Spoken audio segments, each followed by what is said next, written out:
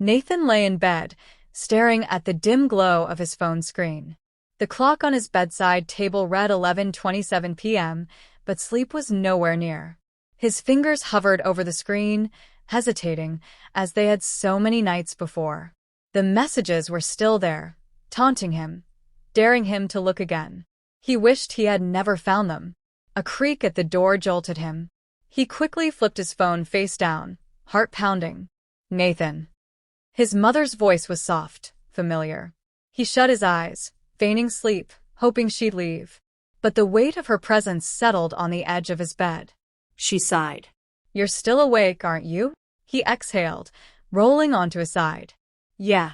Sarah brushed a hand through his hair, a habit left over from when he was a child. "You haven't been sleeping well." "I'm fine," he murmured. Her hand hesitated, then withdrew. Silence stretched between them, broken only by the faint hum of the house at rest. Then, the moment that shattered everything. Sarah shifted slightly, and in the dim light, her gaze landed on his phone. The screen had come alive again, the messages still open. Nathan saw her eyes narrow before realization dawned. He reached for the device, but it was too late. Sarah's breath hitched. She gripped the phone, eyes darting across the screen, absorbing each word. The warmth in her face strained. Her voice, barely a whisper. "What is this?"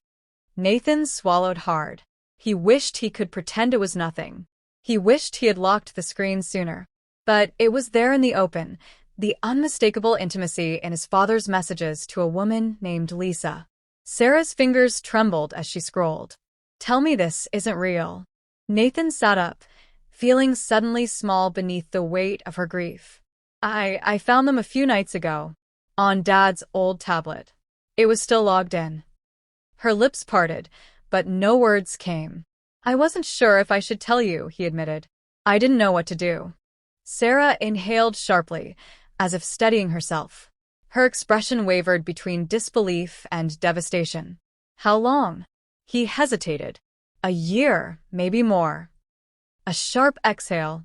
The phone slipped from her grasp, landing softly on the covers between them. A physical barrier.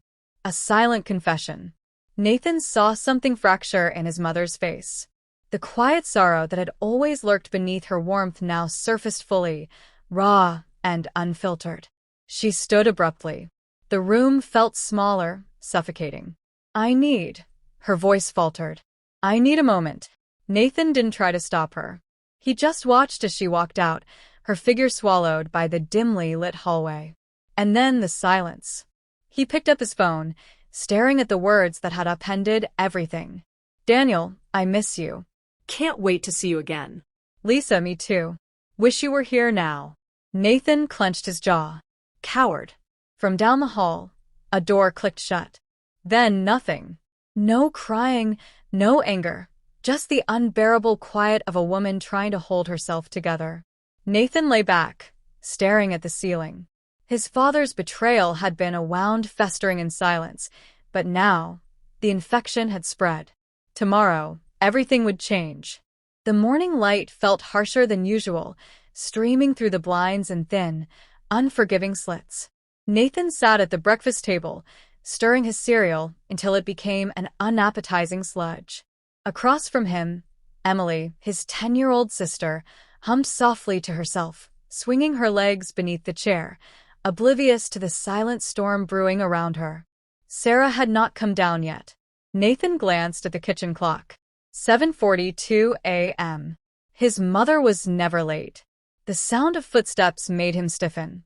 His father entered the kitchen, freshly shaven, dressed for work, carrying himself with the same air of practiced normalcy as always. "Morning," Daniel said, reaching for the coffee pot. Nathan didn't answer. His father barely noticed. He poured his coffee, grabbed his toast, and turned toward the hallway. Then Sarah appeared. She stood at the foot of the stairs, her presence quiet yet commanding. Her eyes were swollen, the shadows beneath them betraying a night spent lost in thought, drowning in realization. Daniel, mid-bite, paused. "Sarah?" Emily looked up, sensing the shift in energy but not understanding it. "Mommy, can you braid my hair today?" Sarah forced a smile, but it didn't reach her eyes. Not right now, sweetheart. Nathan watched as his mother turned back to his father, her expression hardening.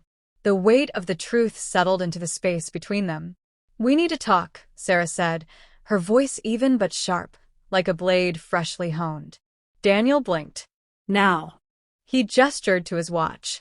I have a meeting at. Now, she repeated. Emily frowned. What's wrong? Sarah crouched beside her daughter, smoothing her hair with a tenderness that felt almost apologetic. Nothing for you to worry about, baby. Go get your school bag, okay?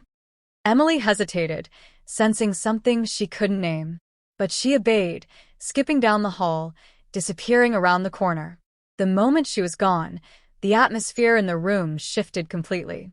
Sarah turned back to Daniel. Lisa. The name dropped from her lips like a stone into deep, murky water. Daniel stiffened. A flash of something, guilt, surprise, fear, crossed his face before he schooled it into forced confusion. Who? Nathan scoffed, unable to hold it in. His mother shot him a glance, silently telling him to let her handle it. You're really going to stand there and pretend you don't know? She asked, her voice eerily calm. Daniel set his coffee down carefully, as if stalling. Sarah, I have no idea what you're talking about. She reached into the pocket of her robe and pulled out Nathan's phone, holding it up between them. Then maybe you can explain these. A thick silence fell over the kitchen. Daniel didn't reach for the phone. He didn't even look at the screen. His jaw tightened, his fingers curling into fists at his sides. How long? Sarah asked.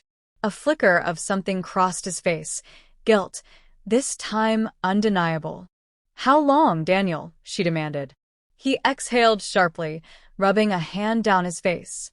It's not what you think. Nathan let out a bitter laugh. It never is. Daniel shot him a look, but there was no authority behind it, no power left in his voice. Sarah took a step closer. Is she in love with you? Daniel hesitated. A fatal mistake. Sarah's breath hitched. And you? She pressed, her voice barely above a whisper. Do you love her? A long pause. A pause too long to be innocent. Nathan felt something inside him snap. His father, the man who had always preached loyalty, honesty, commitment, stood before them, speechless. Sarah nodded slowly, as if confirming something to herself. I see, she said, her voice distant. Then I guess there's nothing left to talk about. Daniel stepped forward, panic creeping into his voice. Sarah, wait. This isn't. But she was already walking away. Nathan didn't follow her immediately. He stood there, staring at the man he once admired, the man who had now become a stranger, wearing his father's face. Was it worth it? Nathan asked, his voice cold. Daniel didn't answer. Nathan didn't need him to. He turned on his heel and left the kitchen, the sound of his father's silence echoing louder than any confession ever could. The air inside the house felt heavier now, as if every breath carried the weight of something unspoken, unresolved, irreparable. Nathan sat in the living room, fingers drumming against his knee, listening to the muffled voices upstairs. His mother had locked herself in the bedroom after the confrontation, and his father, after standing in stunned silence for what felt like forever, had finally gone after her. Nathan could hear them now. Low voices, strained words, the rise and fall of emotions barely contained.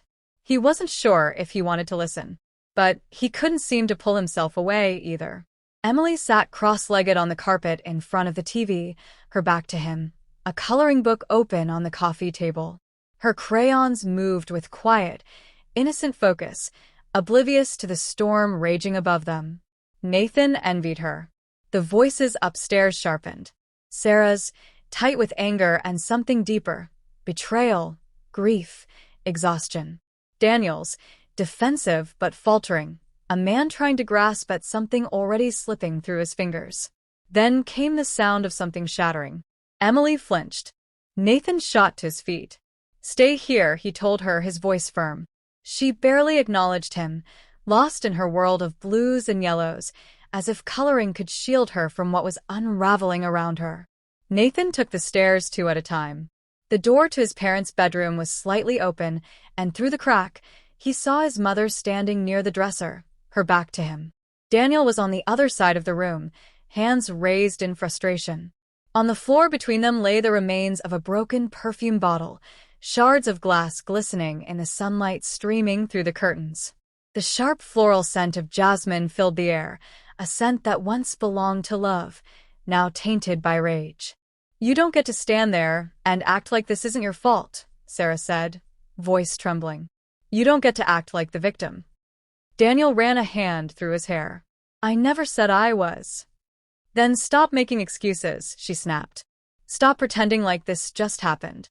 Nathan pushed the door open fully, stepping inside.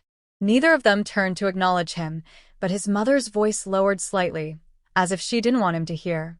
"What did you think would happen, Daniel?" she whispered. "That I'd never find out? That I'd just keep playing the role of the blind, devoted wife?" Daniel exhaled, shaking his head. "It wasn't like that." Sarah laughed, but there was no humor in it. "Then tell me," she challenged. "How was it?" Daniel's silence was louder than any answer he could have given. Sarah nodded, as if she had expected this. As if deep down, she had always known. "I loved you," she said, and for the first time, her voice cracked. "I gave you everything. And this is what you do to us." Nathan clenched his fists, every muscle in his body coiled tight with fury. He wanted to say something, to demand an explanation, to force his father to look him in the eyes and tell him why, but the words lodged themselves in his throat like stones. Daniel sighed, rubbing at his temples. "Sarah, please. Let's just take a step back. Talk about this when we're both calm." Sarah turned to him then, her expression unreadable. "When we're calm," she repeated, voice hollow. "Daniel, I have never been more calm in my life." Daniel flinched, as if she had slapped him. Then, as if something inside her had finally clicked into place, Sarah straightened, steeled herself. "I want you to leave," she said.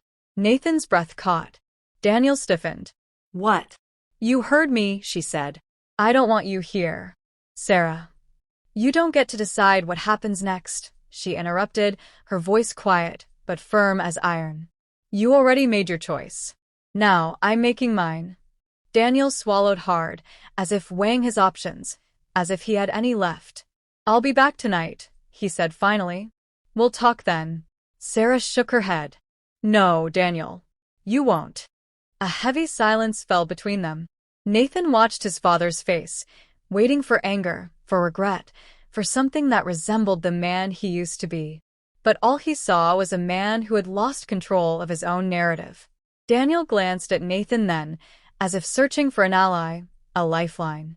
But Nathan met his gaze with nothing but cold indifference. For the first time in his life, his father looked like a stranger. Without another word, Daniel grabbed his jacket and walked out. The front door slammed shut behind him. Nathan let out a breath he hadn't realized he was holding. Sarah stood frozen for a long moment before finally turning to her son. "We're leaving," she said. Nathan frowned. "What?" Sarah's gaze was unwavering. "Pack a bag. You and Emily. We're not staying here." Nathan hesitated, but only for a second. Then he nodded. Because deep down he knew this was the only way forward.